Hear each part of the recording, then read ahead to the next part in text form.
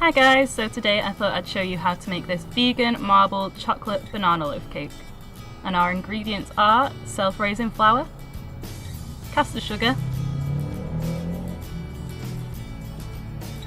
some cocoa powder, definitely get cocoa powder instead of hot chocolate powder, it tastes so much better in cakes. Some dairy-free vegan alternative to butter, some pure vanilla extract. You can get small bottles of this from the supermarket if you don't want to get a massive bottle like mine. Some dark chocolate chips. And some super overripe bananas. The best kind of bananas for this recipe are definitely the ones that are so ripe you're thinking about throwing them out. So let's get started.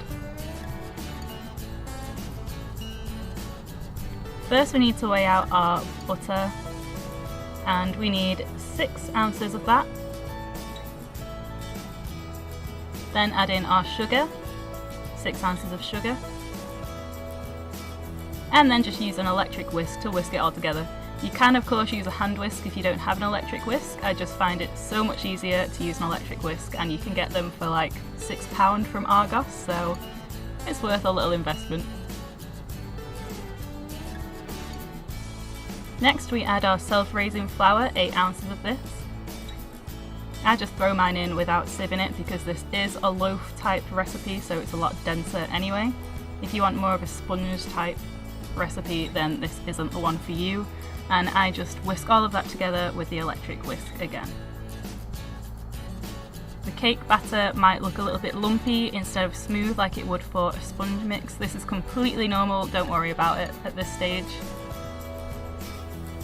Next we're adding our 2 bananas, so we just start off by peeling them completely and then slicing them really thin into our cake batter. The thinner the better, because we're going to end up chopping these up pretty much straight away anyway. Yep, just smash them to pieces with a knife. You can just cut the bananas into a cup and mash them with a fork and then add them to the cake mix, but I prefer this way because it's just a lot faster.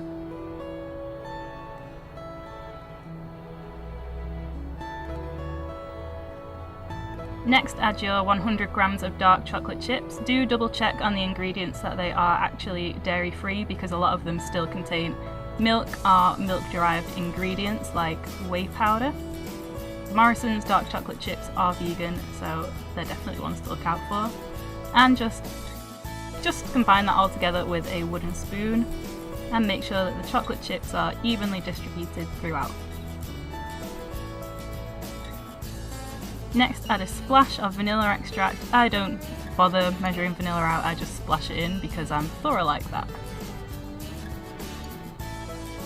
Then we're going to divide the mix between 2 bowls. Don't worry about them being super equal amounts in each bowl, it doesn't really matter that much. Just divide it as best you can. Now add 3 teaspoons of cocoa powder into one of the bowls. And get the electric whisk out again and just whisk that all together and make sure that the colour is as even as you can get it. It's time to start spooning the mix into our lined 2-pound loaf tin. I kind of build up the batter in almost a 3D checkerboard effect, so the first layer will go brown, white, the next will be white, brown, and so on and so forth. I just find that this is the easiest, most effective way to get that marbled effect once we've actually swirled it all together with a knife. And I've been making this recipe for probably about 7 years, maybe more, so I've tried a lot of different ways to marble cake batter before, and this is definitely the one that works best. Don't worry if you don't get an even amount on each section, it really doesn't matter, especially since we're going to swirl it all together anyway. Just dab it on and get it on there. Next I kind of smooth out the top a little bit with a spatula just to give us a flatter kind of surface to work on.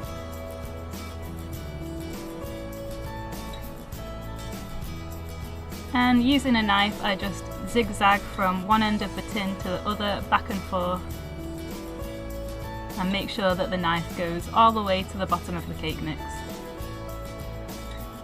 and this means that the swirl effect will go all the way through the cake. So I zigzag one way and then zigzag again, kind of back on itself. And this is the kind of effect that you get. So once you've swirled your cake, you'll want to pop it in the oven on about 180 degrees for a fan oven for around 30 minutes. It might take a little bit longer, just keep stabbing it and check that it's baked throughout. And that's our cake complete. You'll definitely want to leave this on a cooling tray for about 20 minutes so that it doesn't crumble when you cut it. And enjoy it with a cup of tea, or just, you know, just grab a slice and run out the door. It's an excellent cake for if you have overripe bananas that you don't really want to bin. And it's definitely one of my family's favourite cakes as well, and one that I take to other people's houses when we have dinner and such as well.